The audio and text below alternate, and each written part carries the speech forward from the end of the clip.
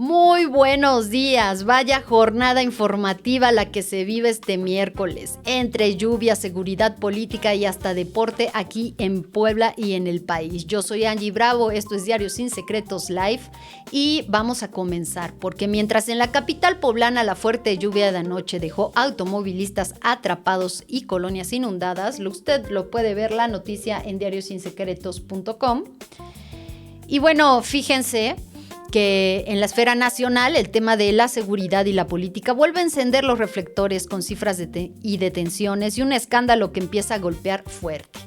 Pero primero vámonos a Puebla. La lluvia registrada la noche del martes volvió a exhibir uno de los problemas que año con año enfrentan muchas zonas de la ciudad. Inundaciones, autos varados, colonias afectadas. Protección Civil Estatal tuvo que entrar al auxilio de conductores en la colonia 10 de Mayo, además de apoyar a vecinos de la colonia Maravillas. Y ojo, porque aunque las autoridades reaccionaron rápido y también realizaron labores de limpieza, incluso en estadios de la zona, el tema de fondo sigue siendo el mismo. La infraestructura pluvial de Puebla sigue siendo insuficiente frente a las tormentas intensas. Cada temporada pasa igual. Calles convertidas en ríos, vehículos detenidos y familias preocupadas porque el agua entra a sus casas. La diferencia ahora de la lluvia es que ni siquiera ha llegado a su punto más fuerte de la temporada. Aquí hay un dato importante.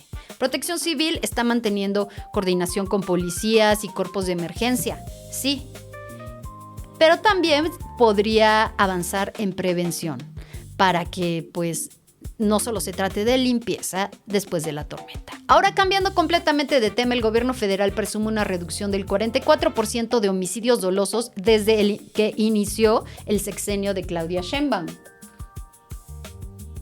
Y bueno, vamos a la nota. Y miren, el secretario de Seguridad, Omar García Harfuch, aseguró que el promedio diario pasó de 87 homicidios a 52 diarios. Además dijo que en abril se registró el nivel más bajo de homicidios de los últimos 11 años. Sin duda son cifras relevantes y políticamente muy importantes para el nuevo gobierno federal, porque la seguridad será uno de los temas que marcarán el sexenio. Pero también hay que poner un dato en perspectiva. Aunque la reducción suena positiva, México sigue enfrentando niveles de violencia muy altos en varias regiones del país. Además, las cifras siempre abren debate. Hay especialistas que advierten que no basta con bajar homicidios, sino otros delitos, como extorsión, desapariciones o control territorial del crimen que sigue creciendo en algunos estados. Sí hay una mejoría, hay que decirlo, pero todavía estamos muy lejos de un país pacificado. Y justamente hablando de seguridad, fíjense que el crimen y crimen organizado, el tema que está explotando políticamente, ya saben cuál es el caso de Rubén Rocha Moya.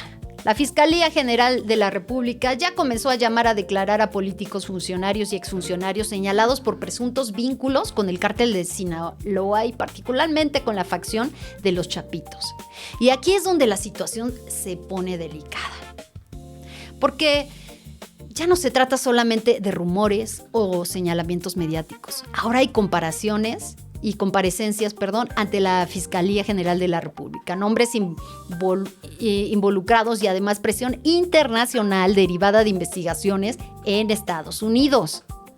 Y bueno, entre quienes han sido mencionados aparecen senadores, alcaldes y exmandos policíacos. Y aunque no hay acusaciones formales en México, políticamente el daño ya comenzó. De hecho, la presidenta Claudia Sheinbaum ha pedido prudencia y pruebas antes de emitir juicios, pero el tema ya genera desgaste y claro, la oposición ya está utilizando el caso como munición política.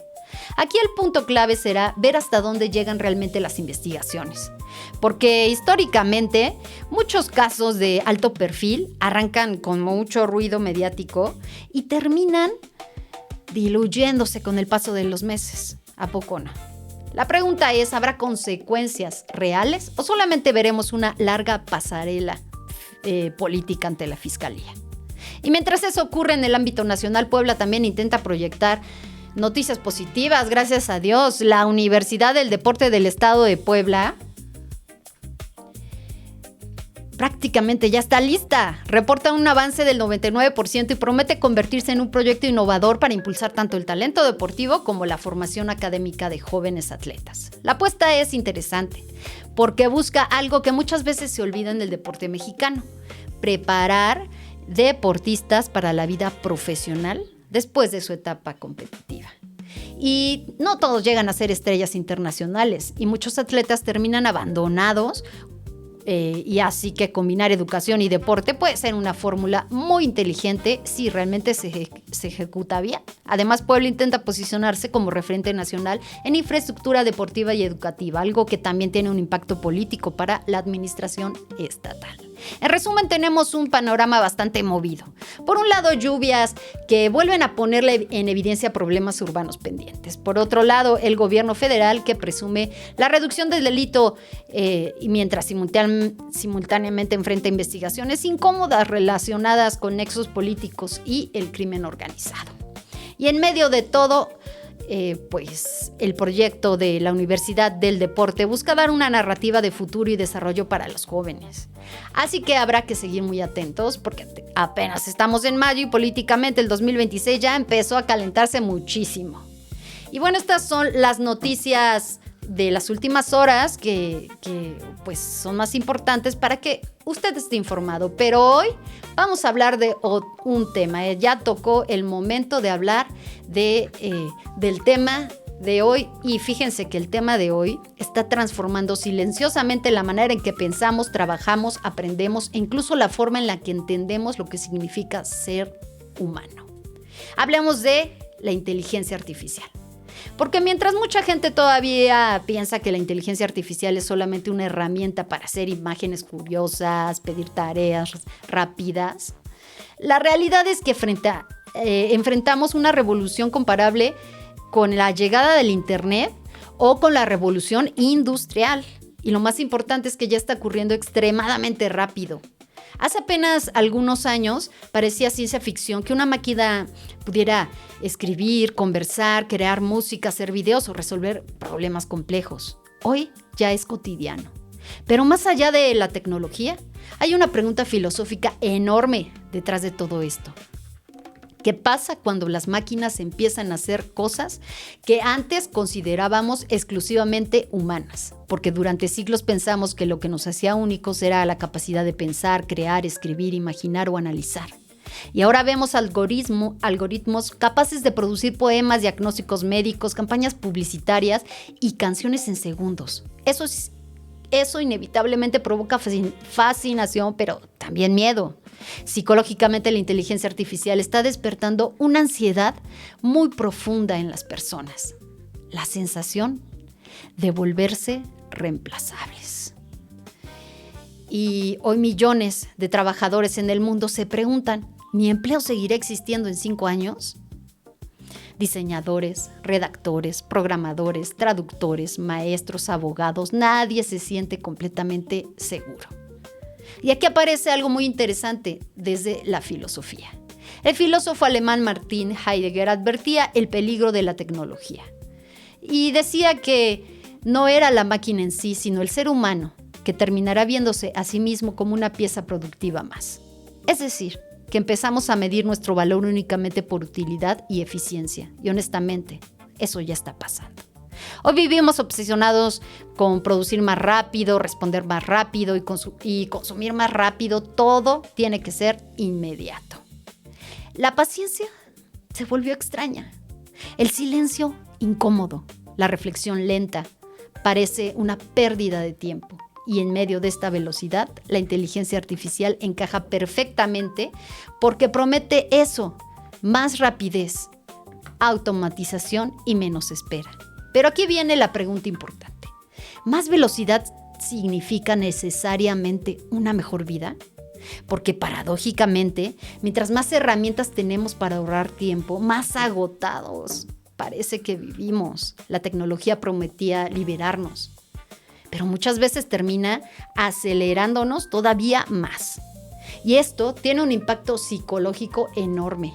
Nuestro cerebro no evolucionó para procesar estímulos constantes las 24 horas. Sin embargo, hoy convivimos con notificaciones, información infinita y una sensación permanente de urgencia. Ahora, imagina eso combinado con inteligencia artificial, generando contenido sin descanso, videos, imágenes, noticias, voces, conversaciones falsas. El gran desafío del futuro no será solamente tecnológico, será emocional y mental. ¿Cómo distinguiremos lo real de lo artificial? ¿Cómo mantendremos nuestra atención? ¿Cómo evitaremos perder la autenticidad en un mundo lleno de simulaciones? Y aquí aparece algo fascinante. Mientras más avanza la inteligencia artificial, más valor adquieren las cualidades profundamente humanas. La empatía, la intuición, la sensibilidad, la ética, la capacidad de escuchar, la conexión emocional. Porque una máquina puede imitar lenguaje, pero no puede experimentar amor, miedo, nostalgia o esperanza de la manera en que lo hace un ser humano. Y quizá ahí está la gran lección de esta era. La inteligencia artificial nos está obligando a preguntarnos algo que habíamos olvidado. ¿Qué significa realmente ser humano? Porque tal vez el futuro ya no dependerá solamente de quien sabe más datos. Para eso estarán las máquinas. Tal vez el verdadero valor estará en quien sabe pensar críticamente, conectar emocionalmente y actuar con conciencia. Y ojo, tampoco se trata de entrar en pánico ni imaginar escenarios apocalípticos. La inteligencia artificial también tiene un potencial impresionante para mejorar la medicina, la educación, la ciencia y la vida cotidiana. Puede ayudar a detectar enfermedades antes de que aparezcan, puede facilitar aprendizaje personalizado, puede apoyar investigaciones complejas, puede democratizar herramientas que antes eran exclusivas de grandes empresas. El problema no es la tecnología, el problema será cómo decidimos usarla, porque toda herramienta amplifica lo que somos. Si una sociedad ya vive polarizada, ansiosa y desinformada, una tecnología poderosa puede empeorar esa crisis. Pero si se utiliza con responsabilidad, ética, visión humana, también puede abrir oportunidades extraordinarias. Aquí hay otro punto interesante. Muchas personas tienen miedo de que las máquinas desarrollen conciencia, pero quizá deberíamos preocuparnos primero por otra cosa, que los humanos vivamos cada vez más desconectados de la nuestra. ¿No lo crees? Porque hoy vemos personas incapaces de estar 5 minutos sin revisar el celular, conversaciones interrumpidas por pantallas, familias compartiendo mesa sin compartir atención. La inteligencia artificial avanza rápidamente, pero la gran pregunta es, ¿está avanzando también nuestra madurez emocional? Porque la tecnología sin ética puede volverse peligrosísima. Y la historia lo demuestra. Toda innovación poderosa, desde la pólvora hasta las redes sociales, transforma la sociedad para bien o para mal. Por eso este momento histórico requiere algo más que ingenieros. Necesita filósofos, psicólogos, educadores, ciudadanos críticos. Se necesita personas capaces de preguntarse no solamente qué podemos crear, sino qué tipo de humanidad queremos conservar. Quizá el reto más importante de esta generación no será competir contra las máquinas. No, será evitar convertirnos en una. No perder la capacidad de asombro, no perder la empatía, no perder la conversación profunda, no perder el pensamiento propio en medio de los algoritmos que deciden qué vemos, qué consumimos y hasta qué sentimos. Porque al final, la inteligencia artificial seguirá creciendo. Eso es inevitable. La verdadera decisión será cómo queremos vivir nosotros dentro de este nuevo mundo, con conciencia o en automático. Yo soy Angie Bravo, esto fue Diario Sin Secretos Live. Nos vemos a la próxima. ¡Mua!